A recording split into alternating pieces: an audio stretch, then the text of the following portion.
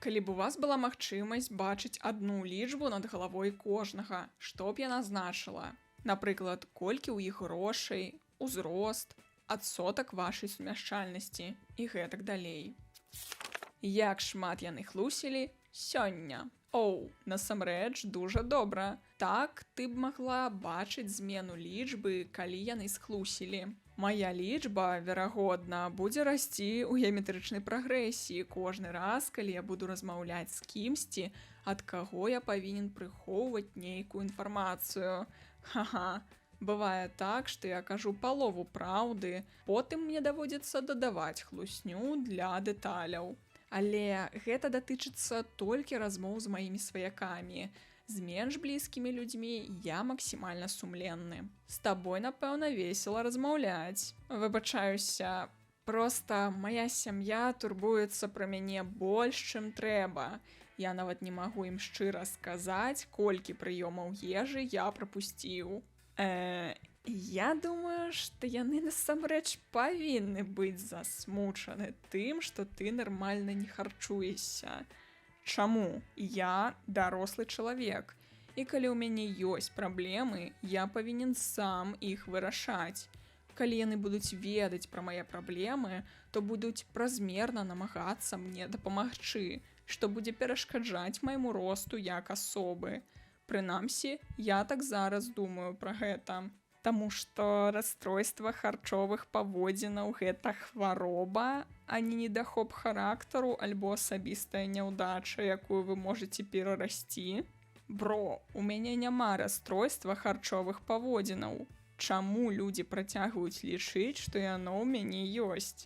Мая маці, мой брат і сястра мяркуюць, што ў мяне абмежавальнае расстройства. Я спадзяваўся, што бадай у інтэрнэце мне ніхто не будзе казаць такога. Я проста лянівы. Я не магу прымусіць сябе нешта гатаваць. Такім чынам я ем толькі невялічкую порцыю адзін раз на дзень. У мяне праблемы са страўнікам, што значна зніжае маю здольнасць есці шмат, таму ўсе мае прыёмы ежы маленькія па аб'ёме. Аднак я стараюся есці каларыйныя прадукты. А да таго ж я магу з'есці якую-небудзь закуску, каб у мяне не было млоснасці, паколвання або чаго-небудзь яшчэ, што з'яўляецца, калі я доўга не ем. Зараз я спрабую вырашыць гэтую праблему і пакупаю некаторыя прадукты для правільнага харчавання, якія лёгка захоўваць у халадзільніку ці шафе, і якія не патрабуюць прыгатавання. Напрыклад, хлеб, доктарская калбаса і сыр для бутэрбродаў або ёгурт і бульбяныя чыпсы. Але ты не даў ніякага кантэксту, акрамя «я амаль нічога не ем» і маю сям'ю гэта дужа засмучае. Не трэба зрывацца на мяне, бо я проста апынуўся неабыякавым незнаёмцам. Прабач, калі пакрыўдзіў. Мяркую, я проста настолькі прызвычаіўся да сваіх аўтарытарных бацькоў, што не чакаў, што хтосьці так інтэрпрэтуе тое, што я напісаў. Я шчыра каюся ў тым, што зрабіў.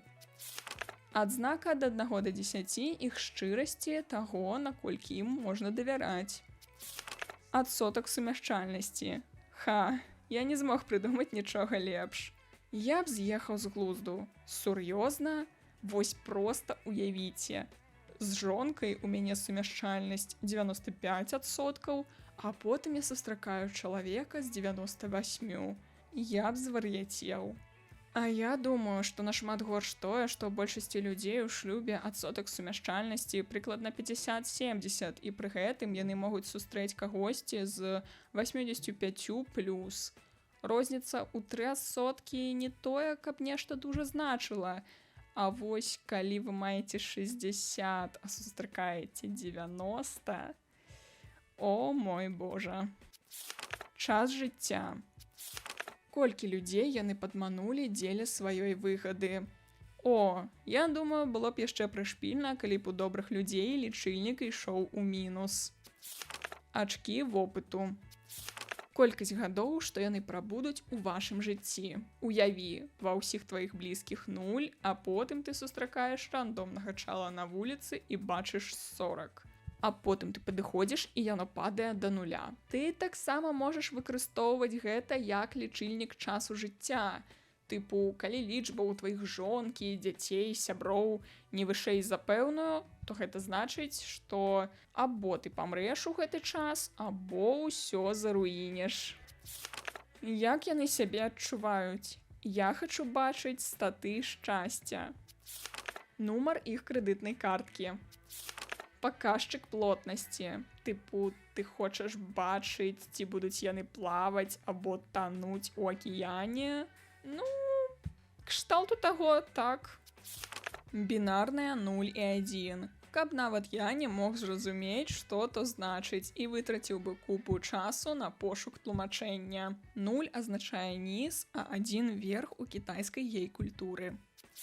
Колькі раз яны перараджаліся, калі гэта рэальна? Уяві, ты жывеш сабе сваё жыццё, ва ўсіх, каго ты ведаеш 0, а ў лідара нейкага культа 633, або выпадковага чалавека на вуліцы. Я нават не ведаю, што было б прышпільней. Як шмат разоў яны слухалі сінці-поп-альбом дуэта Pet Shop Boys 1987 года. 0, 0, 0, 0, 0, 0, 0, 1, 0, 0, 0, 0, 0, 0, 0, 0, 274, 0, 0, 0, 0. Хачу бачыць паказчык іх сімпатыі ад 1 да 100. Я не хачу ведаць, чаму ім падабаюся. Я проста хачу разумець, каму сапраўды падабаюся. Працэнт магчымасці згоды з маёй наступнай прапановай. Тыпу, сфармуляваў, паглядзеў на чалавека, атрымаў рэзультат. Так можна паляпшаць прапановы і шмат што даведацца пра чалавека. Як яны могуць паўплываць на маё жыццё ў адсотках? Тыпу, 100 нічога не зменяць, 0 зруйнуюць маё жыццё, 200 палепшаць на 2. Гэта дужа добры адказ. Ага, і ўсё будзе добра толькі да таго моманту, пакуль выкарыстанне карысных людзей не стане тваёй звычкай, і яны перастануць трапляцца на тваім шляху. Наколькі лёгка імі кіраваць? 10 дужа лёгка, 0 немагчыма. Колькі разоў яны ледзь не загінулі? Напэўна, вы ледзь не памерлі нашмат больш разоў, чым думаеце. Напрыклад, калі б вы выйшлі з дому на 2 секунды раней, тая машына, якая павярнула, збіла б вас. Я думаю, што гэта дало б нам большую ўдзячнасць за жыццё. Вы збіраецеся спыніцца і падабраць чарговага аўтастопшчыка, але праязджаеце паўз.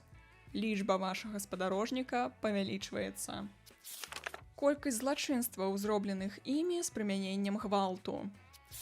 Адсотак эмпатыі. Ментальны ўзрост. Адказ аўтара.